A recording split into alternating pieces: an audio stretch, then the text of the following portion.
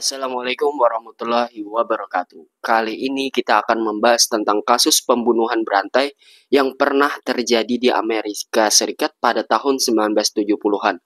Yang mana pelaku daripada kasus pembunuhan berantai tersebut adalah seorang pria yang sangat tampan dan karismatik pada masa itu. Namanya adalah dikenal dengan Ted Bundy. Dia telah melakukan kasus pembunuhan pada tahun 1970 sampai 1978 di 7 negara bagian. Dan dia mengaku bahwasanya dia telah membunuh 30 lebih daripada gadis muda pada masa itu atau lebih. Karena dan setelah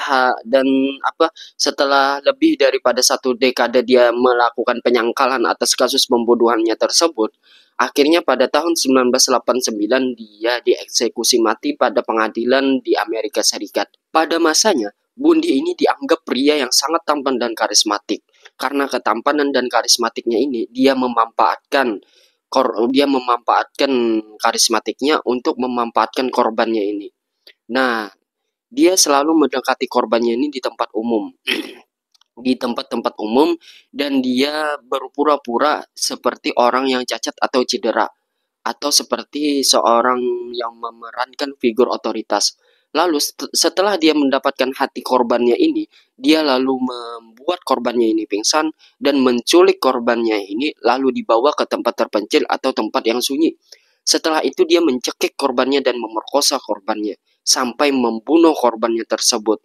Setelah dia melakukan aksi seksualnya tersebut, dia pergi meninggalkan jasad korbannya tersebut. Tapi setelah berlangsung beberapa lama dia akan kembali untuk merawat korbannya yang telah meninggal ini. Sampai korbannya ini tidak dikenali lagi. Dia terus melakukan aksi seksualnya. Sampai korbannya ini tidak dikenali lagi dan dimakan oleh hewan-hewan liar.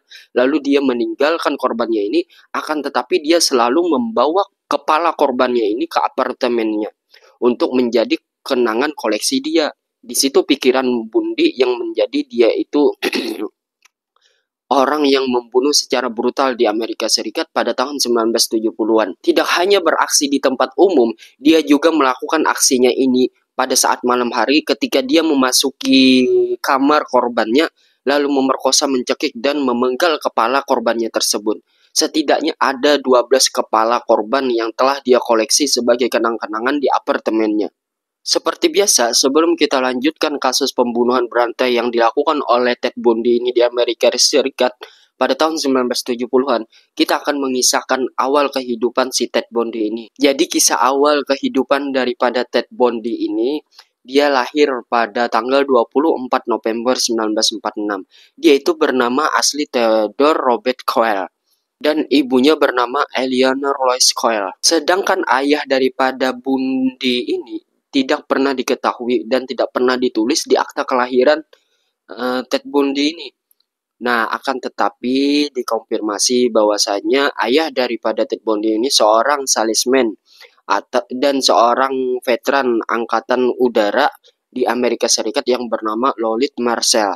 Meskipun Ted Bundy ini tidak pernah dikonfirmasi ayahnya itu siapa di akta kelahiran, ibunya sendiri, Louis, itu menganggap bahwasanya ayah Ted Bundy ini adalah seorang veteran perang di Amerika Serikat yang bernama Jack Wharton, yang mana dia meninggalkan Louis ini ketika dia waktu hamil, waktu mengandung Bundy.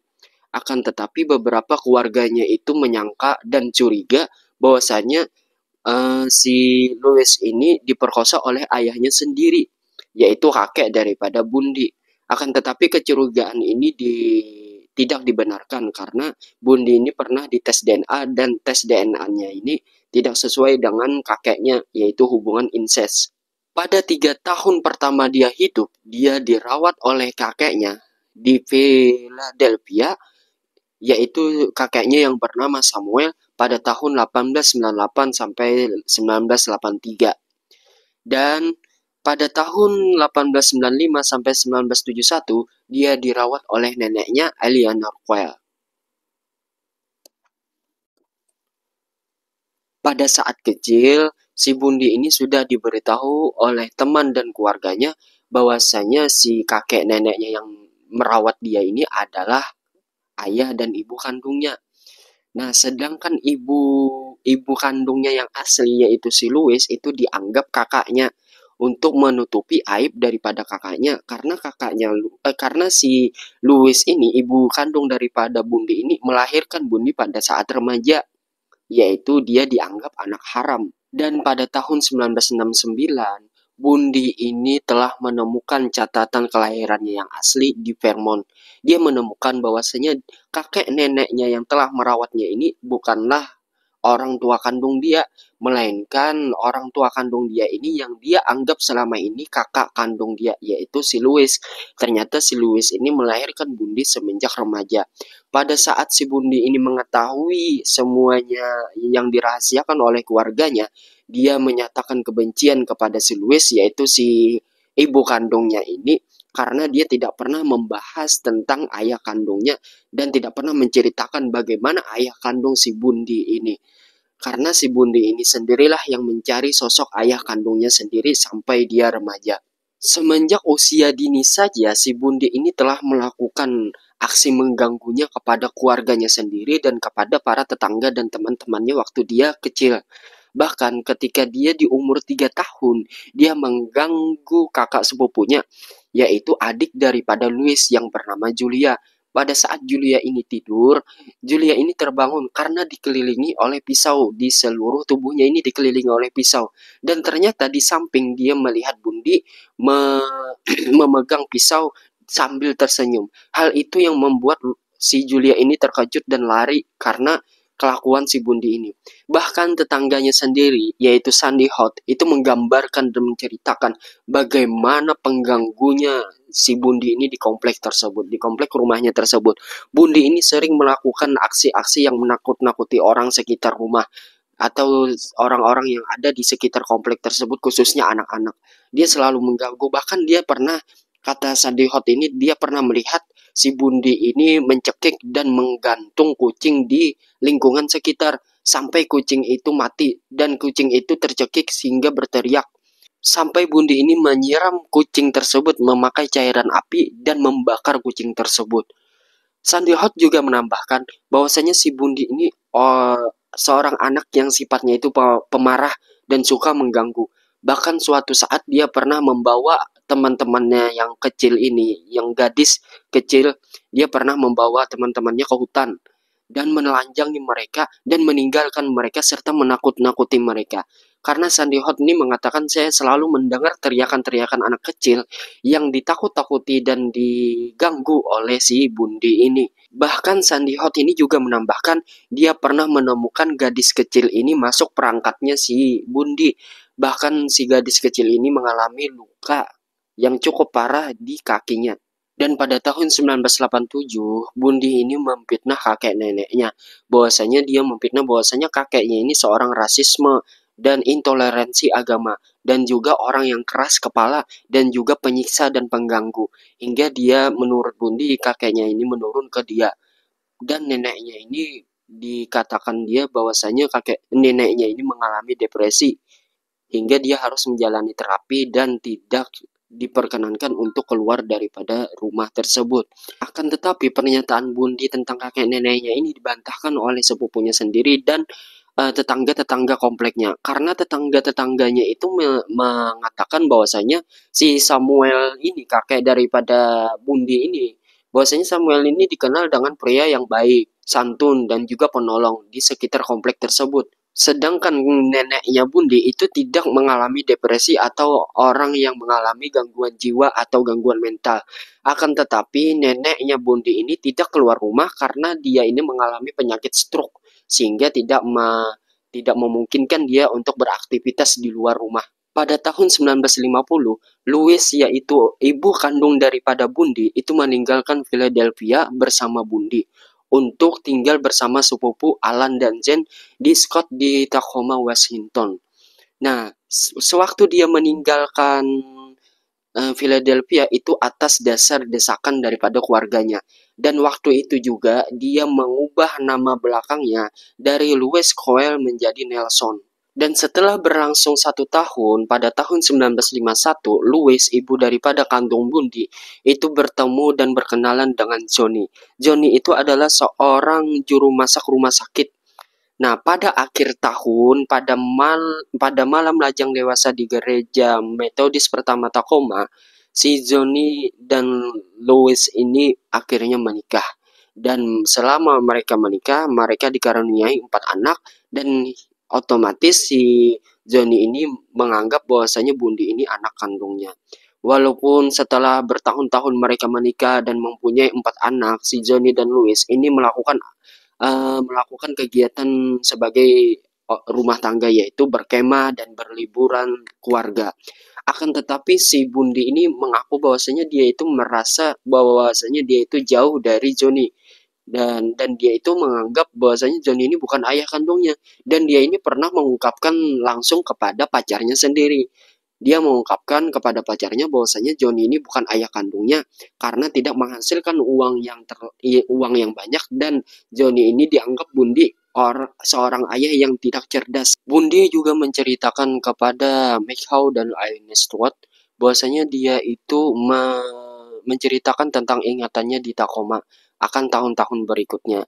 Dia menceritakan bahwasanya Bundi ini selalu mencari gambar-gambar wanita yang telanjang, dan dia selalu menyukai dan mengumpulkan foto-foto wanita telanjang yang dia temukan di tong-tong sampah. Dan Bundi juga memberitahu kepada Polly Nelson bahwasanya dia itu sangat menyukai majalah-majalah tentang kekerasan seksual, majalah tentang dokumenter kriminal, dan majalah tentang novel kriminal atau majalah tentang detektif.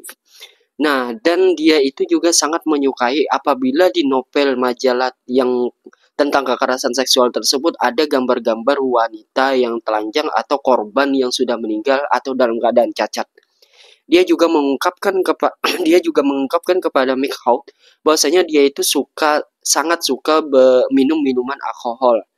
Setiap dia meminum alkohol pada malam hari, dia selalu mencari rumah-rumah yang jendelanya itu masih terbuka, dan dia ini si Bundi ini selalu menunggu pemilik rumah yang wanita ini yang jendelanya terbuka ini untuk membuka bajunya, dan dia selalu mengintip setiap malamnya.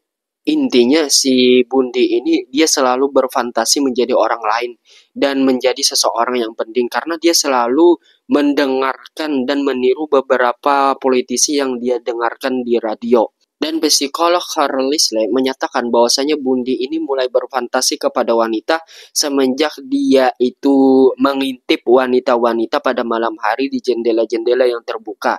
Dia selalu mengintip wanita yang berganti baju. Kisah kehidupan Bundi ini berbagai macam dari kisah kehidupannya ini.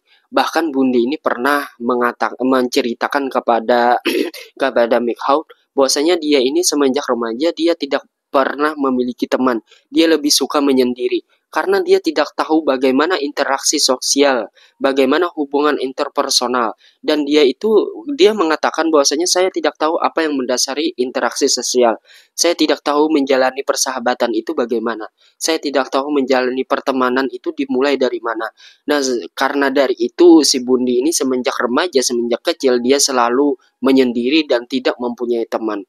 Akan tetapi teman sekelasnya dari SMA Woodrow Wilson mengatakan bahwasanya mengatakan kepada Rule bahwasanya Bundi ini disukai dan diminati dan karismatik di SMA tersebut. Selama di sekolah di SMA, si Bundi ini satu-satunya olahraga yang dia sukai adalah ski lereng. Akan tetapi dia ini mendapatkan peralatan ski lereng ini dengan mencuri, dan dia selalu memalsukan kartu liftnya. Dan saat dia sekolah menengah, dia itu ditangkap oleh kepolisian karena dia diduga melakukan perampokan dan pencurian kendaraan bermotor. Akan tetapi pada usia dia 18 tahun, insiden tersebut dihapus dari catatan kriminal, seperti kebiasaan di Winston dan banyak negara bagian AS lainnya. Pada tahun 1965, Bundi dinyatakan lulus SMA, dan dia mulai memasuki perguruan tinggi, dan dia kuliah di Universitas Puget Sound. Dan dia kuliah di sana cuma 1 tahun, hingga akhirnya dia pindah Universitas Washington untuk belajar bahasa Mandarin. Dan pada tahun 1967 di universitas tersebut dia mulai berkenalan dan berkencan dan pacaran dengan dengan wanita yang bernama Diana Edwards. Pada bulan Agustus tahun 1968, Bundy menghadiri konvensi nasional Partai Republik di Miami.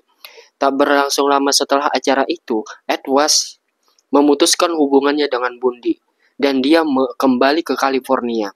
Nah, dengan keputusan Edwards itu memutuskan hubungannya dengan Bundy, Bundy merasa frustasi dan akhirnya dia hancur hatinya dan Bundy melakukan perjalanan jauh ke Colorado dan kemudian dia jauh lebih ke timur dan bertemu dengan kerabatnya di Arkansas dan di Philadelphia.